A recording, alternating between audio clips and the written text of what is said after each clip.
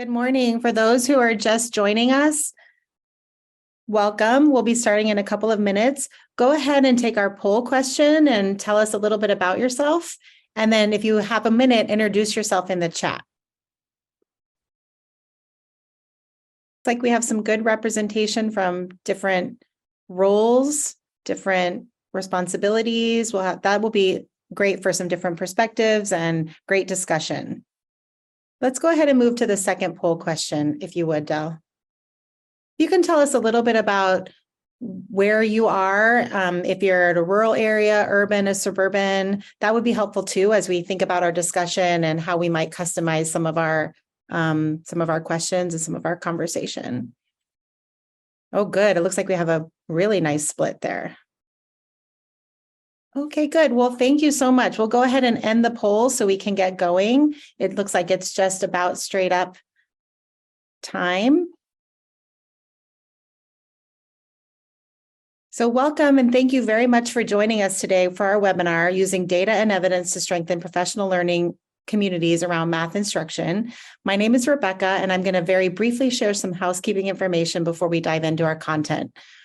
A little bit about the Zoom platform. Please check and double check that you are muted and that your video is off. We'll be using the chat feature today, so if you have questions or need anything, feel free to use the chat.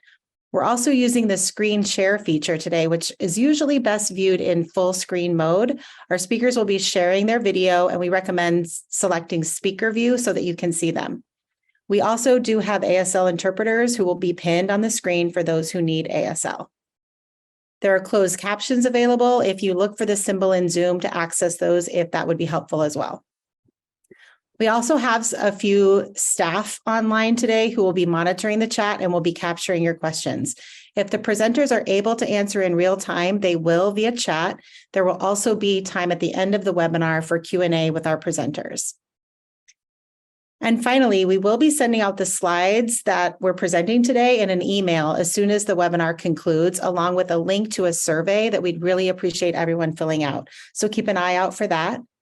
We're recording the webinar today, and we'll let everyone who registered know when the recording is available and will be posted on the website. Now it is my pleasure to introduce our presenters. Dr. Stacy Marple is a Senior Research Associate with Rel West, and Kendra Cups is a Director of Technology and an Instructional Coach with the Grand County School District. Stacy? Hi. I am going to tell you a little bit about our webinar objectives today. You can see them up here. Our first, and I'm so excited to talk to everyone about this work. Thank you for coming. Our aim is that you leave today with a sense of how you might be able to establish and run or support other educators to establish and run data-driven professional learning communities, or PLCs. Throughout this presentation, the term PLC we will use to refer to groups of teachers working together during their school time. I just want to take a minute to really thank the teachers that we worked with. The teachers in Grand County Elementary School put in a huge amount of time, energy, and trust in us during this project. Their work in the school year is what makes this whole presentation possible, and all of the Rel West team and Grand County administrative team are very thankful for their participation. You have to get your details. Here's our agenda. And we've already done the first couple of things. Rebecca is going to come on in a minute to tell you a little bit about Rel West, and then we'll go into the context and the details of the project. And Kendra Cups, my colleague there at Grand County Elementary, and I will be going back and forth to try to give you a sense of these protocols. We'll try to take questions as we can. We'll definitely have a full Q&A at the end, and maybe one partway through, depending on how we're moving with time. And at the very end is a stakeholder feedback survey. That's super important to us. We'll also send it to you in an email. And as soon as they are ready for prime time, we will send you copies of these protocols so that you can use them. Rebecca, back to you. Great. Thanks, Stacy. We did want to take a quick minute and share with you a little bit about Rel West. Rel West is one of 10 regional educational laboratories funded by the Institute of Education Sciences to use data and research to improve academic outcomes for students. Our three main activities are to conduct applied research, facilitate the flow of actionable, credible, up-to-date research evidence and provide technical support around data collection, evidence use, and research. We are really looking forward to sharing some of this work with you. If you're interested in more REL West work or other REL region work, please feel free to visit the IES website. You can choose by region, you can choose by project, you can download products, you can see other webinars, you can download infographics. There's all kinds of information available on the site. So please take a look and explore a little bit. All right, so now we are ready to get into the content. So I'm going to pass it over to Kendra Cups, and she will begin the presentation. Thanks, Kendra. Hi, everyone. I'd like to give you a little snapshot of our community. I'm here in Moab, a town in southeastern Utah. We have a population of about 5,300. However, we are seated in the midst of 3 national parks with the Colorado River running through town. Moab sees about 3 million visitors each year. And as you might guess, the prominent industry here is tourism and outdoor recreation. There are 3 schools here with about 1,500 students in Grand County School District. The elementary school has an enrollment of 738, and our elementary school has grades K-6 with about 33 classroom teachers. Our school's RISE and NWEA scores in mathematics had been an area of concern, so the administrative team reached out to REL West to ask for some coaching on how the school district could focus on improving our mathematics instruction. So getting into our project overview, to begin, we looked at our standardized assessment data, the Utah RISE and the NWEA map data with the REL West team support. The takeaway was that we had many students struggling with visualization strategies, and our multi-language learners were struggling with academic language.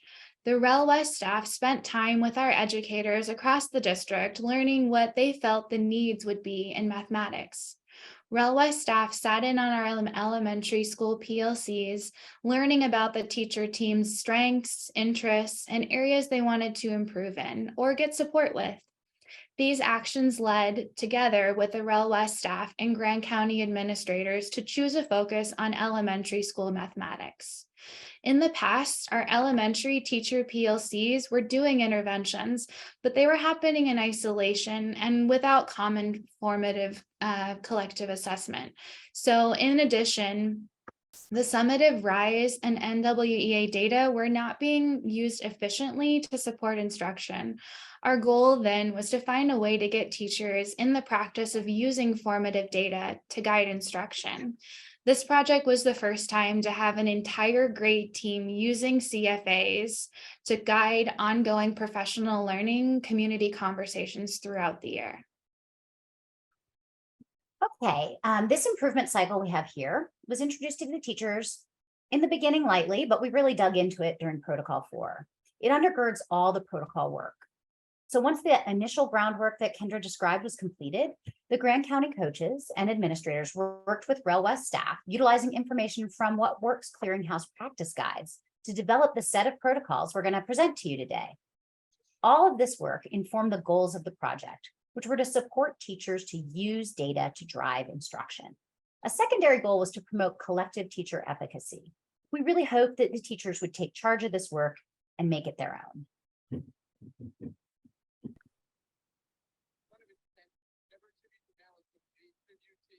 Okay, so we are going to go into the elements of the protocols. To support teachers to utilize data during their PLCs, the district admin, coaches, and REL West staff created a set of protocols that scaffold teachers through the stages of designing a data-driven instructional intervention, and then through continuous improvement cycles. Our refrain was adopt, adapt, or abandon. Each protocol contained the structure you see on this slide. It was particularly important to have a clear guiding question each time. The protocols are all set to be about 55 minutes. This was the ideal. However, it is always important to meet teachers where they are, so a protocol might extend to multiple sessions. The goal was to honor the work of the protocol and learn with our 3 pilot grade teachers about how the timing and flow might fluctuate. For Protocol 4, once the teams got rolling, it became an agenda that they made for themselves. So we're going to go into Protocol 1 to begin. Originally, we planned for this session to use this protocol with each grade level individually and over 2 PLCs. The site admins, however, suggested we take a longer time, roughly 75 minutes total, during an early release day to do the work all at once. As a result, the session happened with the 3 pilot grades all in the same room. This had some beneficial and unplanned results for the work. During the Socratic seminar, teachers began making more connections across the grades. It also supported an inquiry stance towards the data, and we observed little stress or fears of evaluation. First, we discussed all the different forms of data, from high stakes, end of year tests to exit tickets, and distinguished between formative and summative assessments and their uses. Teachers often feel sensitive about their students' data, and to help alleviate that situation, we began by looking at the end of year data for the students from the prior year. So for example, the 3rd grade team would look at the end of year from the data before from the end of 2nd grade. And this helped to alleviate that situation that we began to feel like kind of how looking back. So then the teachers requested during the discussion to look at the beginning of year data that they had just collected. This was a great opportunity for the coaching staff to show teachers how to use their NWEA map dashboard to answer questions about student performance. The coaches wanted teachers to experience the idea of a Socratic seminar, and this worked well to support an inquiry versus evaluative stance towards the data. We came out of the session with the notion of all students are our students. Okay, now we're going to roll into Protocol 3, which is where we set the focus of the instructional practice. To ensure that teachers, I think I'm forwarding 2 sets of slides. So okay, I think we got one more. Oh, so sorry about that. We need to do Protocol 2 before Protocol 3, don't we? Okay, yes. So for Protocol 2, this session began using this protocol to review the takeaways from the previous protocol. Teachers had already begun thinking about what standard they wanted to focus on. So when they were looking at their grade level data, so most of this session was really spent breaking down the standard into its composite parts and mapping it to their lesson plans. Our site administrators had recommended teachers look at the Utah State designated essential standards and then choose one of those to focus on. And this kind of helped them to narrow the choices. All right. Now that our teachers had chosen their standard of focus, then they wanted to look at the instructional practices. So for this, again, we wanted to ensure that teachers were using evidence-based practices. So we rooted Protocol 3 in the What Works Clearinghouse Practice Guide, assisting struggling students with mathematics, the intervention in elementary grades. That's what you see up here. This is a clip from it of the 5 instructional practices recommended in the guide. So when the Grand County administration saw the draft protocol, they asked Rel West to do a district-wide coaching session on 3 of the practices. Number 2, mathematical language. Number 3, representations. And number 5, word problems. So that was offered to all teachers in the district.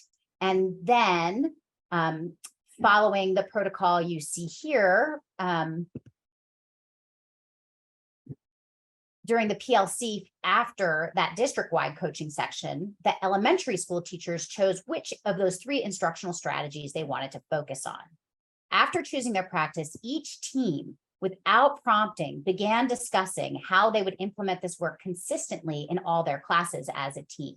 This was not originally part of the protocol, and it was added to it afterwards. It's number 2 up here, choosing an implementation strategy. Of course, in retrospect, it's obvious if you're going to use a common assessment and you want to use a common instructional practice, you probably need to be doing the same things in the different classes. the teachers really helped us figure this out. So protocol number 4 then was mapping the improvement cycles. And this is where we dug formally into the improvement cycle we showed you earlier. By this point, teachers administrated a first CFA, a pre-CFA in a sense, as a diagnostic, and they were really ready to think about how to implement the instructional strategies that they had chosen and take a look at how that might help move their students on the standard. This was done through the continuous improvement cycle. With Kendra, they dug into that cycle that we showed you earlier and planned their next CFAs. Teams did not end up really getting quite to number 4 on here, choosing pure observations or learning walks, but they did regularly discuss their implementation strategies and instructional practices in connection to the CFAs that they chose to administer. So that was a big chunk of information. Next, we're going to describe how one grade went through all the protocols. But before we roll into that, I think we can take a couple questions. And I see that we have some on here. Kendra, there's a question for you. How do you engage teachers in this work and encourage them to utilize their data? So I really think this is something that we really wanted it to feel organic for the teachers. And so we started with kind of opening it up to like, what are your struggles every year? What are the kids coming in with? What are we feeling like, is a common thread of areas that we're constantly, trying to make up for these gaps. And that's the area where we heard them saying, well, they're coming in low with place value or having a hard time going from concrete to abstract.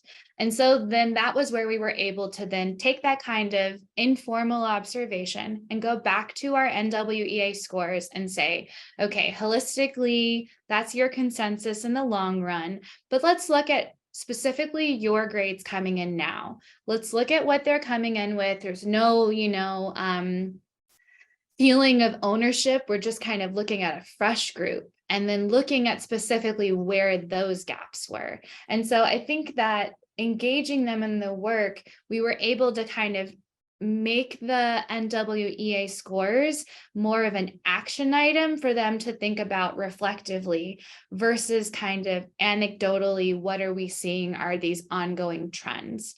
And so the big part of utilizing the data was just showing them how to make it something that was meaningful to them. A lot of the summative data we get is so broad that it is hard to find an actionable item. And so being able to then look at the broader, beginning of year and end of year data to target specific areas, then they were able to do a common formative assessment to target those specific areas. And then that was what gave them that actionable data that they could then find, okay, I can put this part into practice. A lot of times we're like, okay, I have these kids who are red. Well, what does red mean? Is it a gap? Is it a learning area that was missed due to COVID learning loss? Is this a student who maybe changed schools and they have had some areas that they've missed? And so I think it was really different, and that nuance we were trying to allow teachers to kind of not feel like it was evaluative, but more of just a reflective of where are our kids at and how can we get more diagnostic data than just summative to use to inform instruction.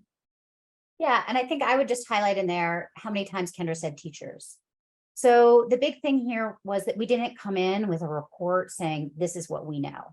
We came in and asked them to look at the students that they had as a grade level, so not classroom level, and how those students did the year before they even got them, right? So where were they at the last time they were in school, not yet this year in school.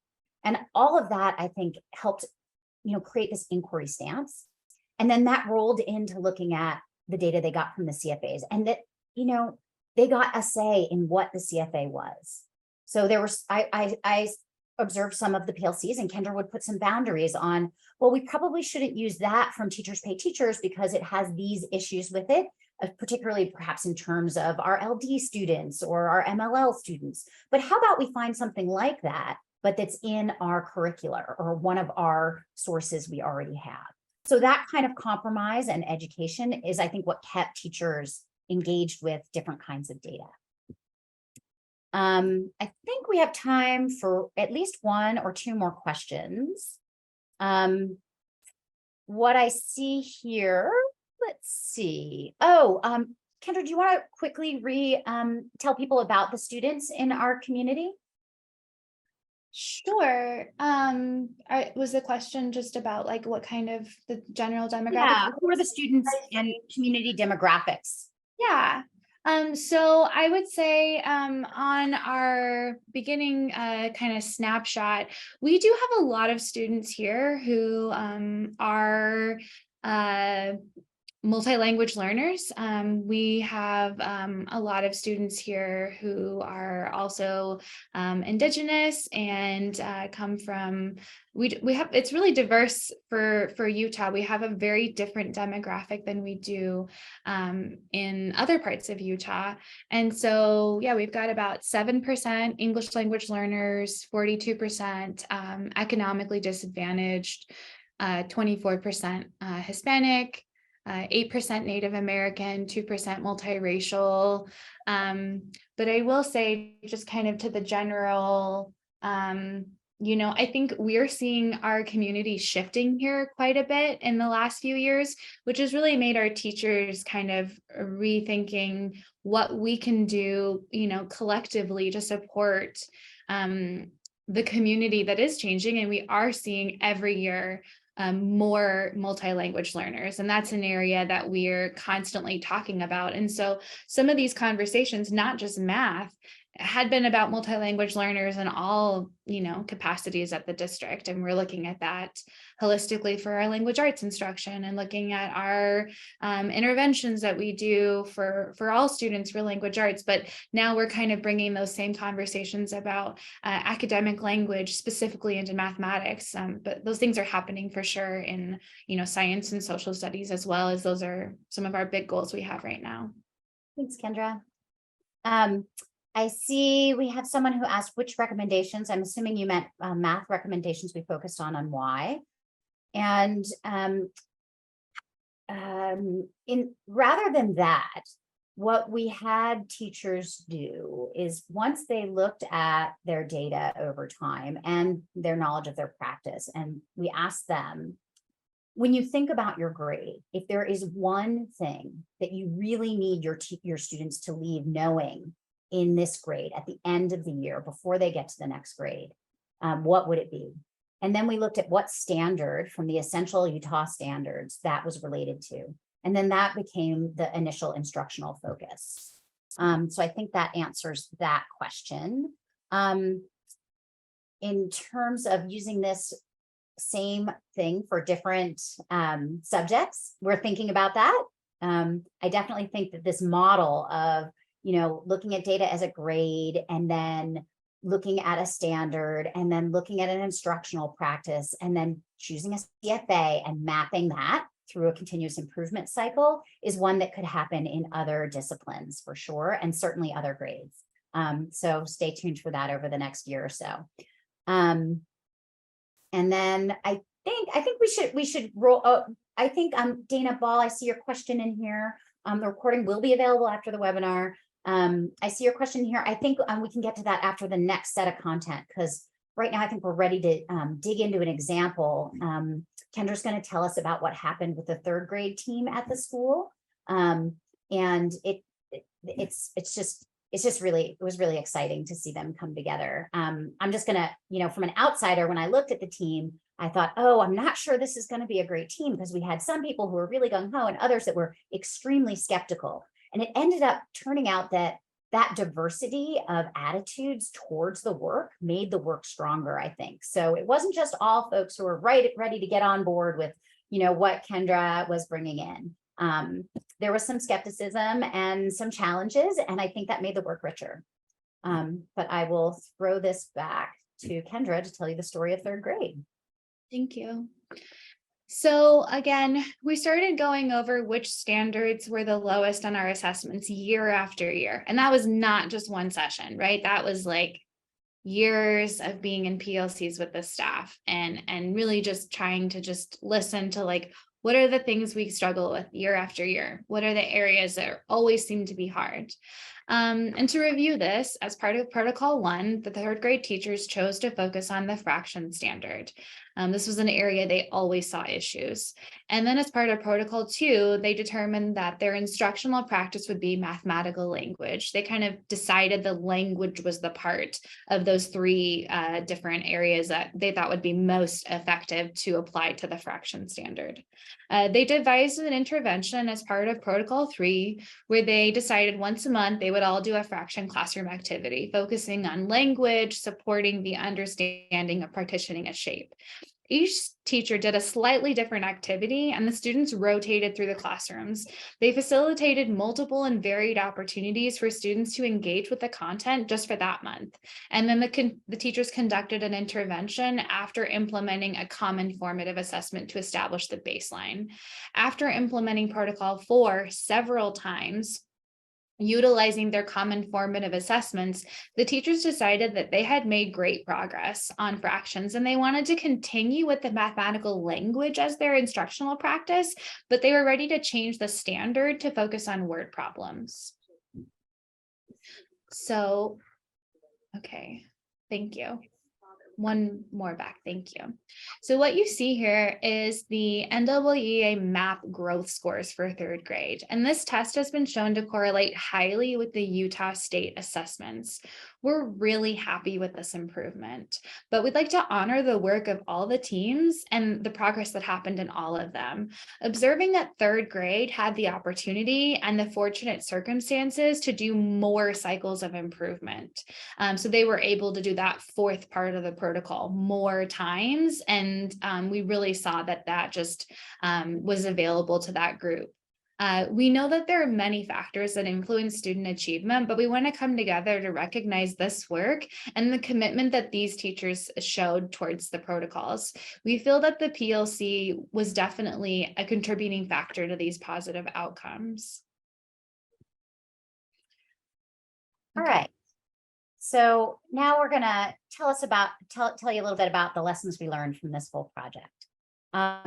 The first lesson was encouraging students to feel that all students are our students, teachers to feel that all students were their students instead of the my students attitude.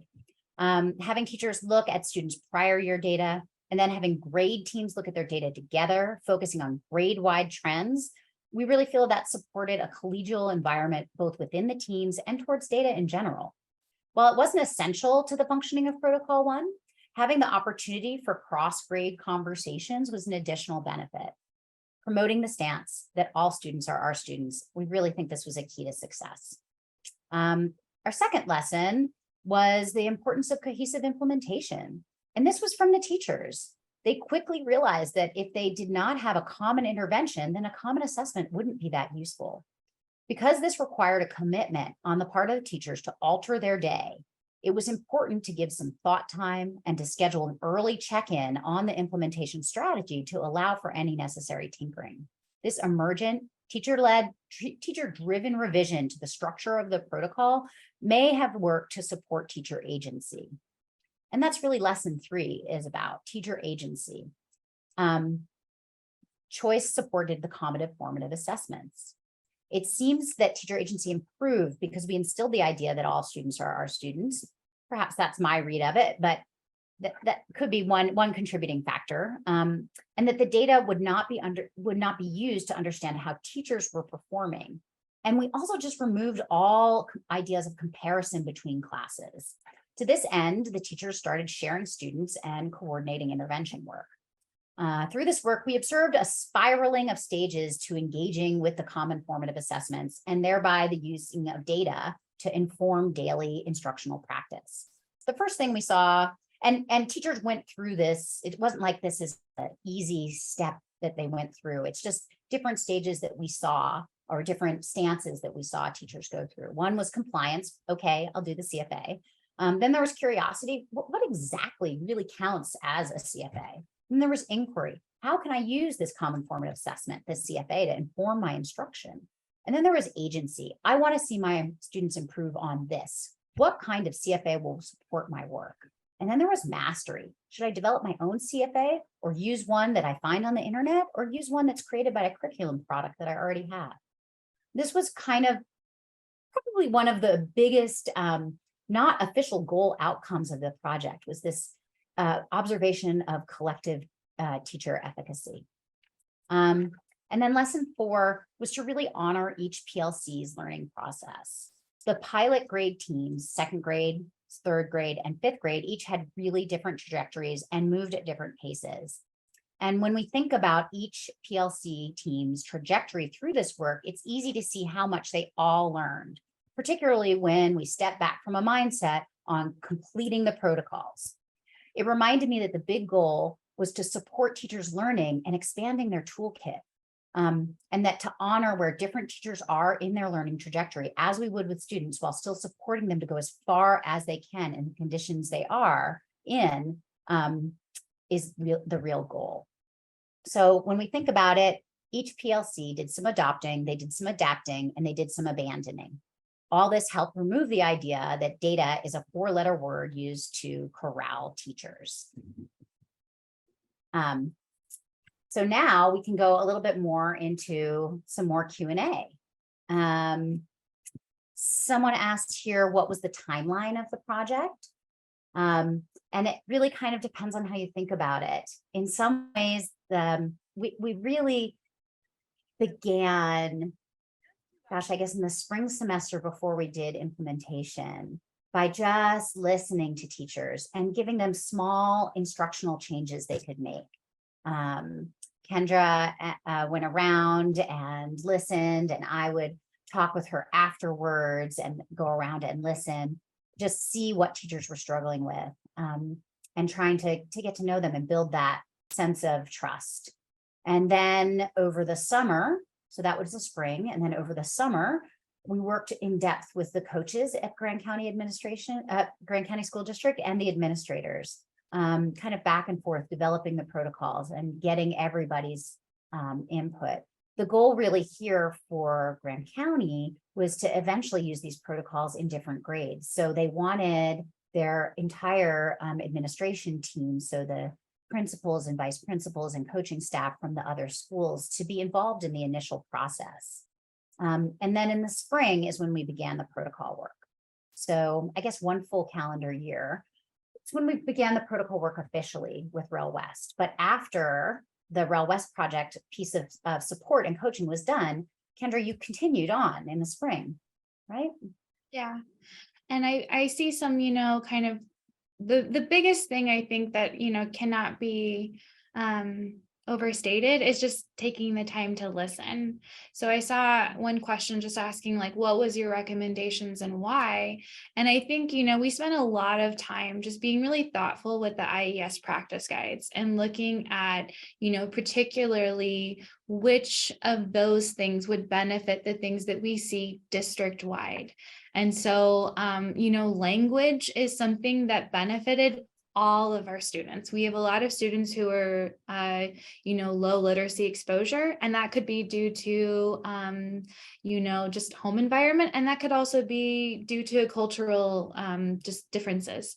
And so that was something we knew would benefit all. When we talked about, representations, that went back to years of our K-3 teachers saying, we're really struggling to be able to transition from concrete to abstract. It was like every year we heard teachers saying, like, I have to get them to the abstract. So we got to get rid of manipulatives. And so it was like year after year hearing these concerns. And so we were like, okay, representations, that's one of those core things that we know all of our students would benefit from, even in secondary. I mean, we saw secondary teachers saying the same thing. So this was like, even though we did this elementary, this was after, a year plus, 2 years in my experience, a year with Stacy, of just listening to PLCs, looking at holistic big scale data of like what our community was struggling with.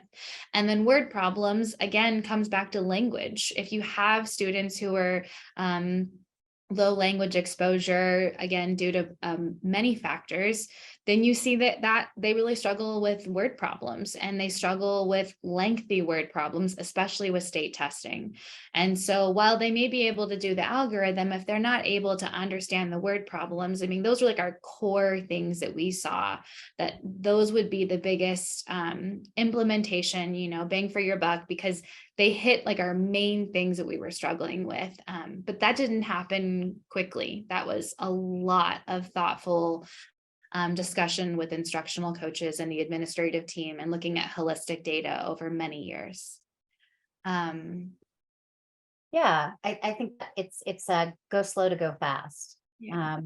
We only showed one grades improvement, and this is only NWEA math, and there's so many things that have to do with outcome data, that influence assessment data. But the other grade that had a lot of opportunity to engage in more than one improvement cycle also showed a really great improvement on their NWEA. So we're really looking forward to seeing the next round of Utah State scores. We have a question here about which recommendation we focused on from the practice guide. And when over the summer, so something about working with the practice guides is that, as you know, they're quite involved. So Rel West staff did a bit of work to chunk it and present a little bit more of a simplified version for a large group of administrators to get some taste of, so that they could choose how to narrow which instructional practices. So I'm going to just flip back to that. Oh, I can't go backwards in the slides. Oh, I can. Okay, so I'll flip back to that slide really quickly. Oh, I think it's protocol 3 right here. So they were given all 6 of these to choose from, the administration and coaching team. And we also workshopped the data with them, just like we did. We basically did protocol. We did a kind of abbreviated version of all the protocols the coaches and Rel West staff created, and workshopped it with them, asked them, where do you think where do you think we need to add more for teachers? What do you think it could be stumbling blocks? What are success points?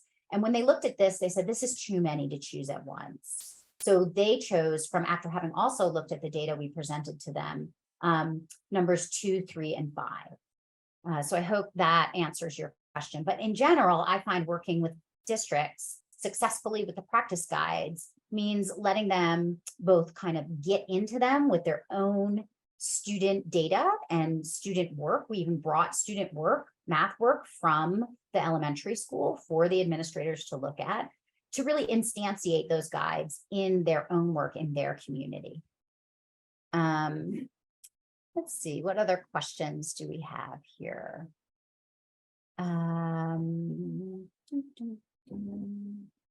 Oh, and here's a link to the practice guide that we were referencing. I don't know if we could present to your group, Trish, but you can certainly use these. And since you're on our email list, we'll be sending out, there's going to be a blog post about this that also has some more the actual protocols in place. And you can always email me. We'd certainly answer your email if your teachers are engaging with this and you have some questions. Yeah, and Trish, I would love to meet with you as well about it afterwards. So that would be wonderful. One other question I saw was what kind of interventions were designed around the needs of gifted and talented learners? And if so, how did you assess for those needs? So I will say this is one of those things that kind of came from groups who were able to implement many improvement cycles. So the CFAs were obviously meant to it was really cool. We got to see the language of, okay, we're going to try this intervention. But, after a few improvement cycles, they were like, well, we have to get a new CFA to see a baseline for this one, which was wonderful. And so the CFA was meant to not just target our students who were not making improvement.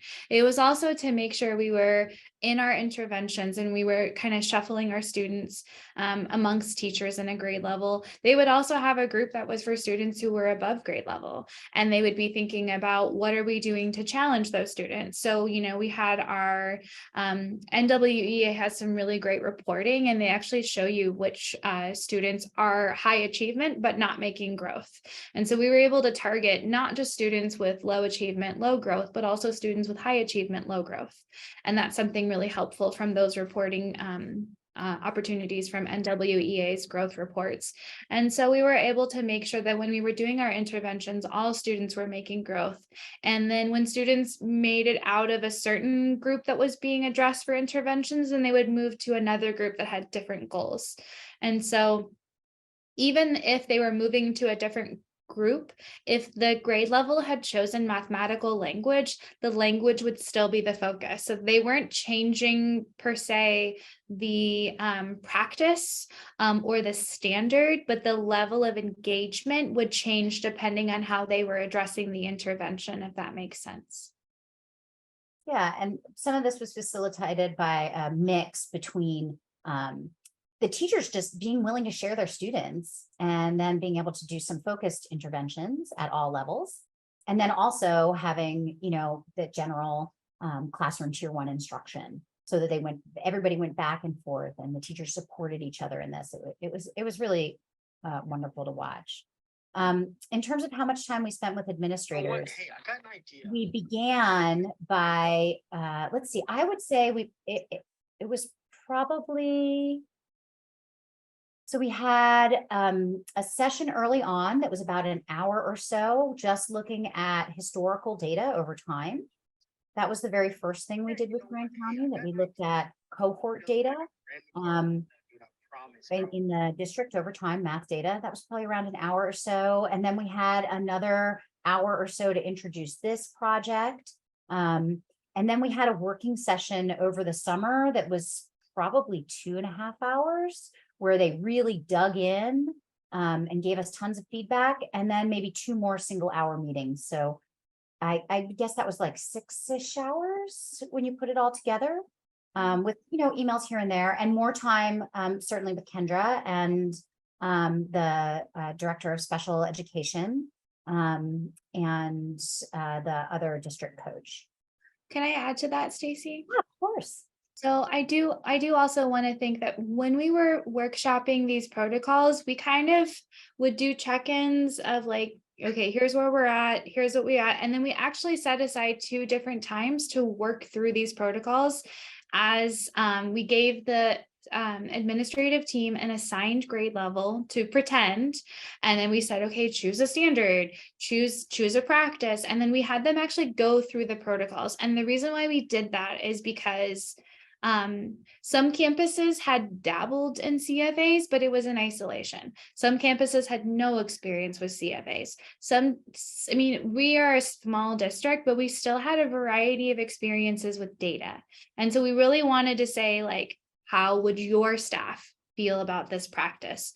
How do you think, just kind of role playing, how do you think we can make this successful and make the mindset appropriate for all campuses to be able to engage with this? So while this was meant to be rolled out for an elementary, pilot grades, we still included our middle school and high school administrators in the entire process, so that it was a collective, whole district understanding of the goals of this. And we really wanted it to be framed in the mindset that we would roll it out long-term for the whole district, but we're just kind of starting with these beginning grades. But I think having the feedback of all of the administrators being able to share their feedback and their, thoughts on how their staff would receive it helped us to really workshop a lot of things before even bringing it to staff. And that made it really successful because we were really intentional about doing a lot of the background work to put our best foot forward and make it successful in the way that we were introducing it to staff.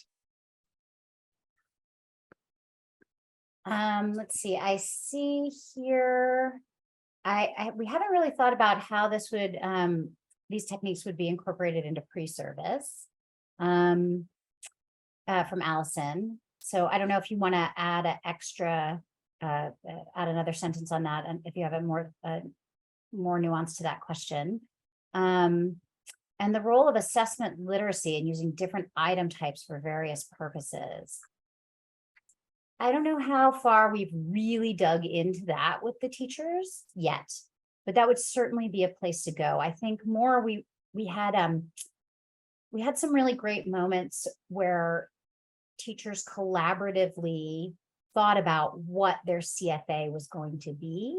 And at times, there were other staff in their PLC meetings. So the LD specialist was there and mentioned, you really need to be careful what you choose because that font is going to be difficult to read. And it does naturally lend itself, especially if you have someone in the PLC who is a coach or is a specialist, to kind of helping teachers think a little bit more intentionally about what they're choosing to use as the CFA, just in terms of access.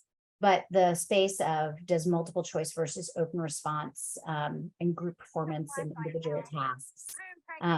We didn't quite get there yet, but I can see how this would lean to it. I don't know actually if teachers learn about PLCs in pre-service. I would imagine that would depend on their pre-service experience. So can I add to that? Yeah, so I please. will say we did a lot of work with PLCs a while back in our district and kind of rolling out what the common expectations were for a professional learning community. And that has differed on different campuses. So we actually are going to make that part of our goals next year of making sure all campuses have the understanding of what a professional learning community does.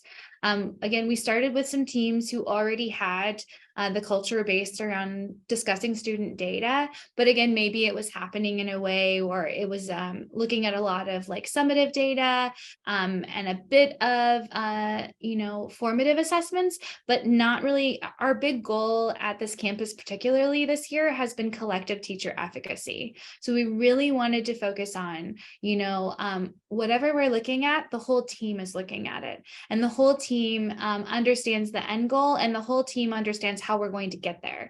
But again, it's a team dynamic. So those teams were definitely engaged in the why before anything, because that's our biggest thing for collective teacher efficacy is if we can understand those bigger pictures of our holistic data year after year, and then looking at, it's not just, it is a cohort, but it's also like we saw the same struggles with language over years, and we saw the same struggles with representations over years.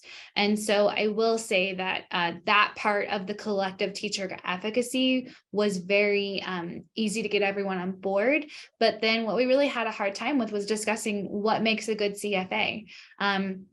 A CFA may come from our curriculum, but if we're, trying to target a specific skill, maybe it is a quicker CFA. Or if we're going to, deciding on a timeline for a CFA, how long do we want to offer an intervention before we want to assess? I mean, those became the nuanced conversations that were really meaningful and really took time, but showed us that at the beginning of the project, we didn't really have a conversation about what a CFA was, or maybe a teacher would be giving a CFA, but not doing it with a partner, and then being able to discuss that with their team, and then having the whole team sharing the CFA made for some really rich conversations on how they had been maybe, kind of slightly tweaking their in-class intervention. And then that just begat a lot of conversations about sharing resources, sharing strategies in a way that really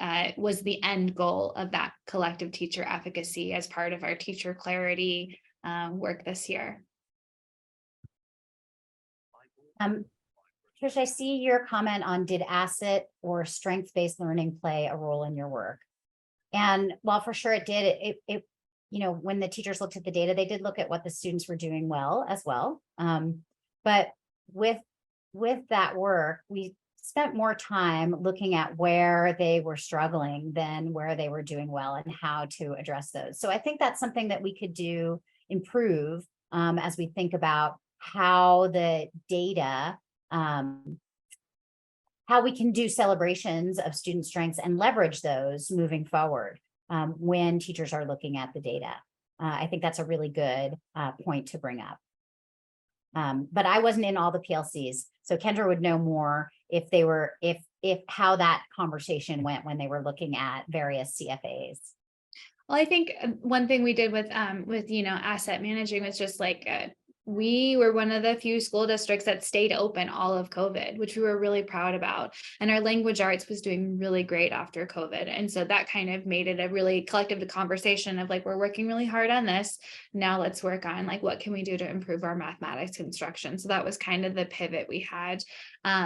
And we definitely had grades that were doing wonderful. And we had, certain areas, like we were looking at not just standards, but like strands that we were doing well. It also brought up a question of like, these strands are always kind of a little bit lower, and how are those in our scope and sequence? And are we doing enough spiraling? And those beget some, curriculum conversations about what we could do to improve those things. But I think bringing it back to the IES practice guides kind of took away that feeling of just looking at curriculums and making it more about teacher-led day-to-day ways, because these things can come into any lesson, any standard. And so I think really getting teachers comfortable with this resource was really powerful. We were able to take some of our staff to the NCTM math conference last year that also had presenters from the Institute for Educational Sciences, which was great just to be there in person with the team that was working on this. And so, it is a really in-depth document. And so just kind of making it more actionable for our teachers to understand how they could leverage these really core, practices kind of just helped them to know what they were doing as an intervention was best practices, that we had done a lot of that legwork for them on like, here's the best things that we can do for those students. Now choosing from that, which of these addresses your specific needs for your students. And it was different on every grade chose a different one. So just specifically this grade chose language, but our another grade chose representations. And one of our other grades also chose word problems. So we had one of each. One thing I'd say about this that I don't think we highlighted is we chose to start with 3 grades, not just because it was new and piloting, but one thing I've learned about bringing a new thing to a school system is that it's good to start with the willing. And these grades had the best established PLCs and all had at least 1 or 2 teachers in their group, in their grade, who were really gung-ho for this work. What that does is it lets your idea come into a community in kind of like a best case scenario in a sense. And what was really kind of amazing is that while the kinder had already been using CFAs on and off, in this year, not just our 3 pilot grades, but all the rest of the grades ended up using CFAs for something and in some way. It just kind of like caught fire in the school. There should be a better saying for that, but it spread positively. And so I think that's really important when you think about this. I think the other thing that was important is, besides, really taking the evaluative power out of data. So many teachers, even if they haven't experienced data being weaponized against them, know about it from the media. And they are very hesitant to end up in that situation. So everything that you can do to make sure your teachers understand that this is to take an inquiry stance towards students' data. And then understanding this adapt, adopt, or abandon. I think that was really big for teachers too. I think too often they're given something they have to do and they don't get a lot of say in how it might shift or change. They don't get to take some ownership, or they just do something and then they don't have time to reflect on it. So sometimes we really had to wedge in time in PLCs saying, I know that this crazy thing happened in the school today, and that needs your attention, but we still need to hold a little focused time to think about the work that we are doing so that we can keep making the progress forward. I think that's really important too, when you think about trying to, implement these PLCs. So a little bit of practice guide. And do you have any other things about any other tips for actually implementing these, Kendra, that you're thinking? I feel like really, I'm just thinking about the fact that like when we were looking at our scores, a really big thing was, again, just not looking at class in class. It was all about the grade. So just looking at the grade level and then looking at the grade level scores and then being able to talk about these. I mean, we did do professional development, like Stacy mentioned earlier, where they went really in depth with each one. And our teachers got to, a lot of times we kind of have a surface level or we have a PLC, and those PLCs are really precious. It's really hard to get really deep with something. And so we really had the administrative support to invest in having time for teachers to interact with us in a way that was very intentional. And so I think the fact that it wasn't just a discussion and then just checking in, it was really, there was a lot of conversations about it. There was a lot of PLCs about it. And then we made sure that it was something that was circled back to. And so I think because we had the fact finding, we had the relationships built with the teams, and that we invested in really showing that we cared about these practices and that we had done the legwork with administration to show these are the ones that are going to be the most, pertinent to our students, specifically here in Grand. That allowed us then to have those vertical alignment questions. And so when we had that first session where we had them all in the same room, we just heard them all saying the same thing. So like we heard, one of the grades saying like, well, they're always coming in and they're struggling with place value. And then the grade next to them is like, we're struggling with place value, but I thought I was supposed to be getting the manipulatives off because we're trying to get them ready. And it was just like this ongoing conversation of like, wow, we're all in the same boat. We're all seeing those kids come in like that. And again, I just think that having the team support just allowed the students to just be they come with what they have. All we can do is meet them where they're at, just like we do with teachers.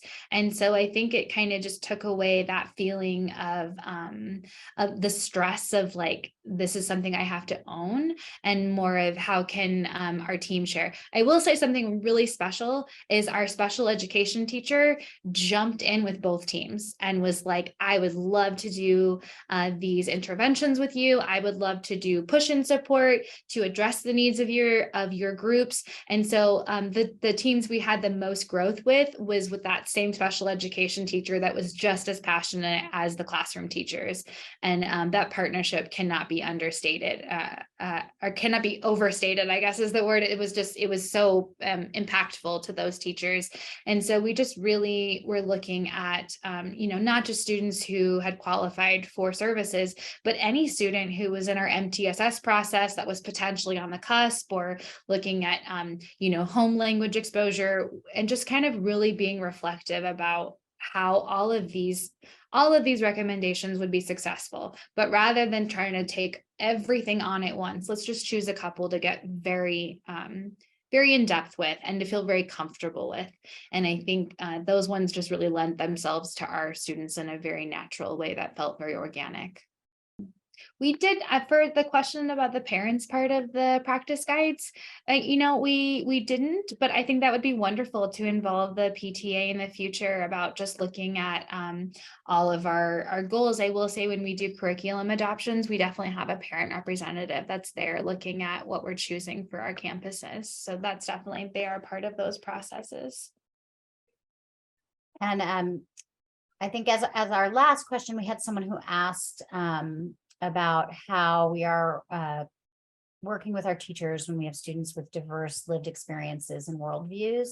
That wasn't expressly inside this protocol, but it is something that the district is working on for sure. And we have some work in place for that outside of, thinking carefully about language and how to support the multilingual learners to access the math experiences. Brandy has another question here, which might be out of the scope of the next 2 minutes, but we can look at I'll just forward it, express it here. He says, why do we expect students to be above average in math when we so frequently focus on getting students to grade level? The schools and districts who have the highest performance in math don't focus on getting students to grade level, but by far, far beyond grade level. Grade level is something they pass on way to higher goals.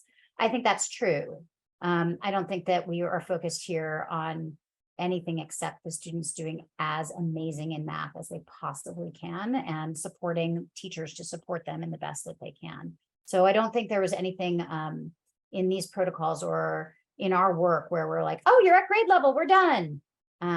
We just really wanted to celebrate the amount of improvement that happened in this grade year for both third grade and one of our other grades that was able to do a lot of continuous improvement cycles. And teachers being able to leverage each other. So no one's in isolation feeling like this is mine to do all on my own, just kind of more, again, collective teacher advocacy, everyone working towards the same goals, everyone being comfortable with the same language and understanding how we can support each other, because I will say teacher resiliency has been hard these years, and we just really want to find ways we can support our staff and have them feel supported by each other. So that way we are, again, just kind of trying to have a culture where data is a conversation of using to inform instruction versus something that is punitive and evaluative. So we got to wrap up. We're at the top of the hour. I threw my email in the chat. If anyone wants to email me about this, please feel free. We do have a survey. It's great if you can spend a minute to take that. We'll also email you out a copy of this recording, and as soon as we can, a copy of the protocols. And I really thank you all for all your questions and your time today. We'll continue expanding these protocols and our work in Grand County, and we hope to see you next time we have more to report. There will also be a Q&A developed from all the questions in the chat, and they'll be answered and emailed out to you. So if you want to throw in any more last-minute questions, please do. We look forward to answering them as best we can. Thank you so much.